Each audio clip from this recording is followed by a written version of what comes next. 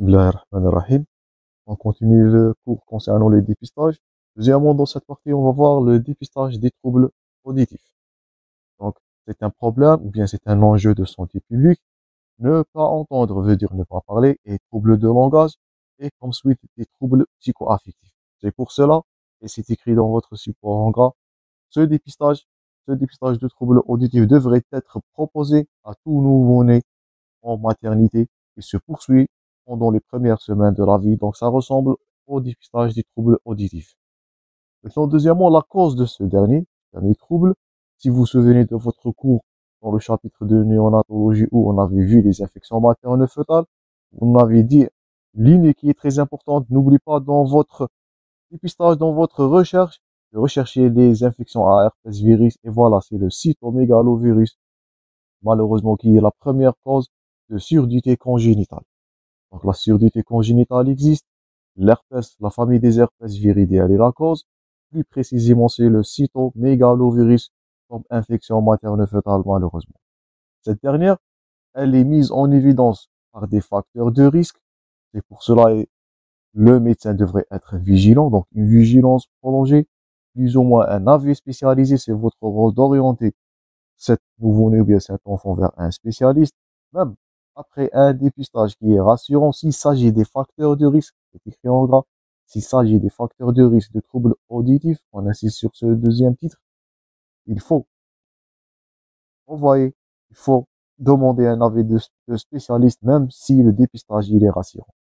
Plus de la moitié des enfants qui ont une surdité de perception bilatérale n'ont aucun facteur de risque, malheureusement. Donc, l'intérêt d'un dépistage systématique en maternité. Donc, le but de cette partie, dépistage, surtout en cas d'infection maternelle fœtale, même s'agit des signes rassurants. Lorsque cet enfant il a des facteurs de risque qu'on va voir, c'est les antécédents maternels ou bien les antécédents familiaux.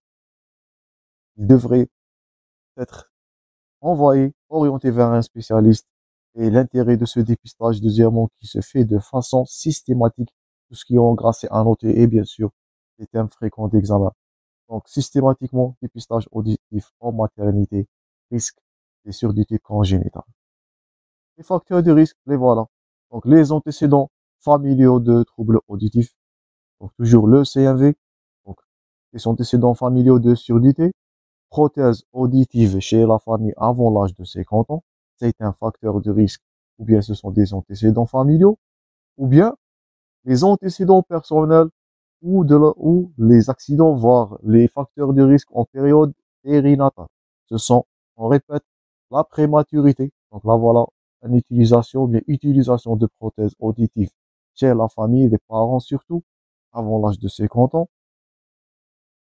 La prématurité, malheureusement, les organes sensoriels ils sont atteints en cas de prématurité, la vision et l'audition, les deux. Un poids de naissance qui est inférieur à 1800 grammes, asphyxie périnatale, ventilation assistée prolongée plus de 5 jours, hyperbilirubinémie. Consultez-vous le cours concernant l'ictère néonatal. On avait dit qu'il s'agit parmi les complications de cet ictère néonatal, c'était l'ictère nucléaire et comme conséquence, une surdité peut être secondaire à une hyperbilirubinémie. Une infirmité motrice neurologique, des troubles neurologiques, des malformations de la face et du cou, des photopathie qui témoignent d'une infection au cytomégalovirus, voilà, asphyxie périnatale ou bien souffrance périnatale, ventilation assistée supérieure à 5 jours, voilà, l'hyperbilirubinémie, ça vous fait rappel au cours concernant l'ictère, l'infirmité motrice, et voilà, cet aspect-là, si vous vous souvenez de votre infectiologie, on avait vu ça en cas d'infection ou bien d'atteinte au rubéole, ça on avait vu en cas d'infection au cytomégalovirus ou bien des infections à herpès viridé néonatal, ça peut être grave, ça peut être mortel ces dernières, et voilà l'aspect de macro ou bien d'hydrocéphalie en cas d'infection de toxoplasmose. Donc on répète, surdité chez la famille, prothèse avant 50 ans, la prématurité avec les souffrances périnatales, les infirmités motrices, neurologiques, les trois infections, si on vous pose la question, ils appartiennent soit à l'herpès viridé, le CMV, la rubéole avec la microcranie, ou bien l'hydrocéphalie, comme vous êtes en train de noter dans l'illustration en cas de toxoplasmose. D'autres causes, donc vous avez vu, j'espère que vous vous souvenez, ou bien si vous vous souvenez de votre cours concernant l'utilisation des antibiotiques, on avait dit que les aminosides spécialement, donc ils peuvent être cause d'une surdité de perception. C'est pour cela les aminosides, ils sont contre-indiqués chez la femme enceinte, une contre-indication qui est absolue. Donc ça, c'est écrit dans le cours concernant les indications ou bien les effets secondaires de l'antibiothérapie. Donc ce tableau-là, il est à retenir s'il s'agit des facteurs de risque. Les voilà indiqués dans ce tableau, même si l'examen de dépistage, il est, on répète la phrase, il est rassurant, vous devez orienter cet enfant, ce nouveau-né, vers un avis ou bien de demander un avis de spécialiste, c'est votre devoir. Donc, les examens de dépistage. Maintenant, donc on va voir les examens de dépistage et on va voir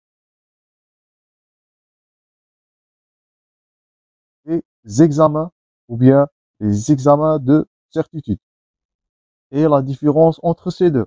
Donc là, c'est écrit dans votre support, l'audiogramme et le potentiel évoqué auditif qui sont réalisés en audiologie pédiatrique. Ce sont des examens de diagnostic, mais pas des examens de dépistage. Ce que vous êtes censé de connaître dans ce cours en tant que médecin généraliste, c'est ces deux examens de dépistage qui sont, premièrement, c'est à noter, l'auto-émission acoustique évoquée, l'AEAP, ou bien le potentiel évoqué auditif automatisé, la PEAA.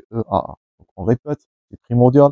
Si on vous pose la question, quels sont les deux examens que vous allez faire recours pour mettre en évidence, plutôt pour dépister, mais pas pour donner le diagnostic de certitude de cette dernière, de ce trouble, de le dépister, on répète, c'est les auto-émissions acoustiques provoquées, deux examens, l'OEAP, et deuxièmement, le potentiel évoqué auditif automatisé, la PEAA. Ces deux lignes-là, ils sont à retenir par cœur. On va les détailler dans cette partie. Commençons premièrement par l'auto-émission acoustique provoquée.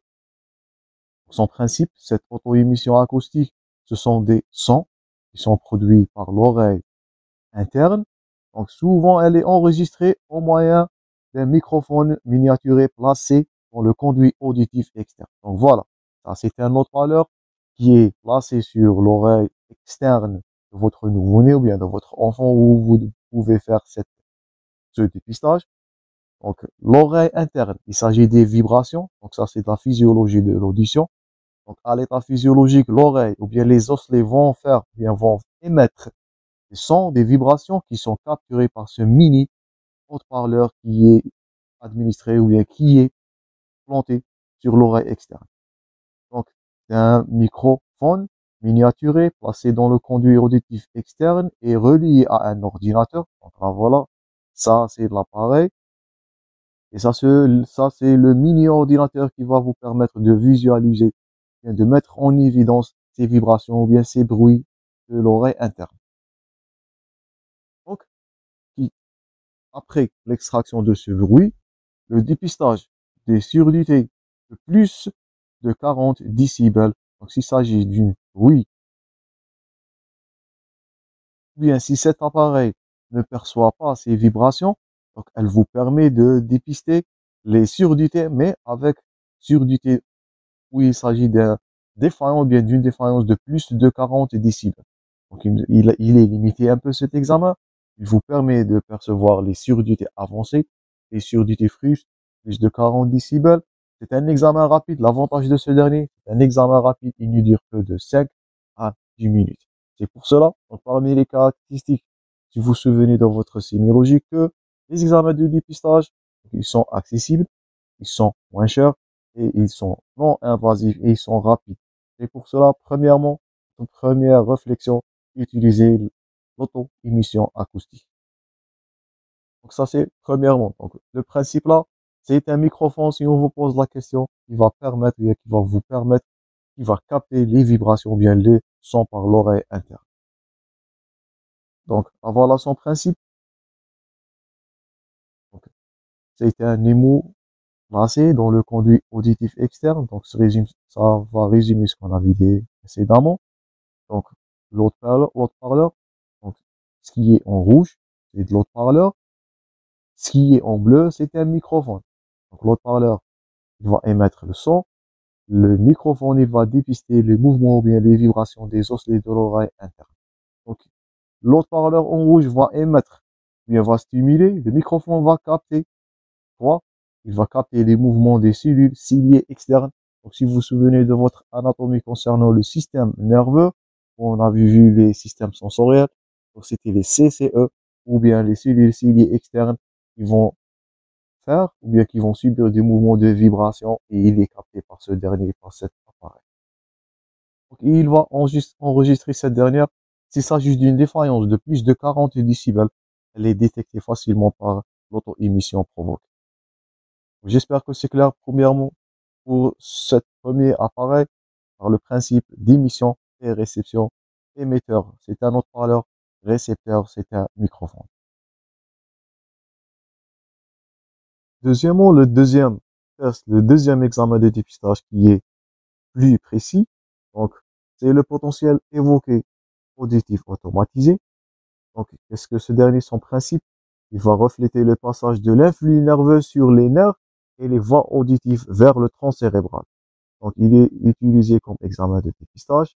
Ce potentiel évoqué recherche une réponse d'une surdité fixe de 30 décibels. Donc, le premier, c'était une surdité plus de 40 décibels.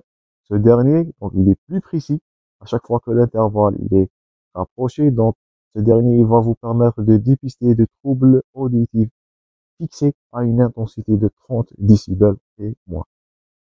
Le principe, ou bien les résultats, donc, ces examens de dépistage. Premièrement, en cas d'examen anormaux à 2 reprises en maternité, donc là, le résultat, bien les résultats, si vous faites les examens de dépistage, soit par le potentiel évoqué ou bien l'auto-émission, les deux. Donc, 2 examens, 2 reprises en maternité veut dire adresser un spécialiste au oral pour un contrôle. Donc, examen anormal, votre réflexion orientée vers un oral. Ça, c'est premièrement.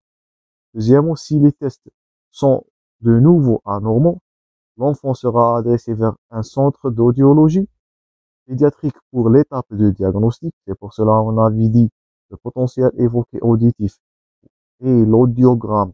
Donc, ne confondre pas entre audiogramme, potentiel évoqué auditif.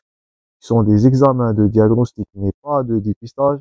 Votre 2 examens de dépistage, on répète pour la dernière fois, c'est l'auto-émission et le potentiel évoqué auditif automatisé, la PEA. Donc, voilà, ça c'est l'auto-émission. Et là, voilà, ça c'est le potentiel évoqué auditif automatisé qui sont les deux. On répète des tests, bien des examens de dépistage, pas de diagnostic. Donc, dernière ligne, bien dernièrement, l'audiogramme et les potentiels évoqués auditifs qui sont réalisés en audiologie pédiatrique et non pas à la maternité. Donc, c'est pas, sont pas les examens fournis par le médecin qui va faire le dépistage. Il restera des examens de diagnostic et non pas de dépistage. Deuxièmement, si on vous pose la question, c'est le potentiel évoqué auditif qui est le plus sensible par rapport à l'auto-émission. Pourquoi? Il faut noter que l'auto-émission ne repère pas toute la surdité. Elles peuvent être présentes une réponse normale au test de dépistage avec un enfant qui a réellement des troubles ou bien une surdité qui a une relation avec une neuropathie auditive. Donc l'auto-émission, elle va dépister tout ce qui est oreille externe ou bien vibration, tout ce qui est transduction du son. Par contre, le potentiel évoqué auditif, il va dépister les troubles neurologiques. C'est pour cela qu'il est plus précis. On répète, il peut dépister des troubles de moins de 30 décibels. Par contre, l'auto-émission, elle peut détecter seulement des troubles lorsqu'il s'agit d'une perte ou bien d'une déficience auditive de plus de 40 décibels. Donc là, cette plaque-là, elle est à retenir. Ne confondre pas entre examen de dépistage et examen de diagnostic. Dépistage, donc c'est primitif. C'est pour rechercher, bien, donner l'hypothèse, est-ce qu'il s'agit de ce trouble? Par contre, il est effectué deuxièmement, autre différence au niveau de la maternité, il est accessible. Par contre, l'audiologie pédiatrique, ce sont des examens de certitude et ils sont faits en, par un avis ou bien dans un contexte d'une visite ou bien d'un diagnostic spécialisé et du diagnostic de certitude. Ok. Autre ligne, il y a d'autres messages qui sont à retenir.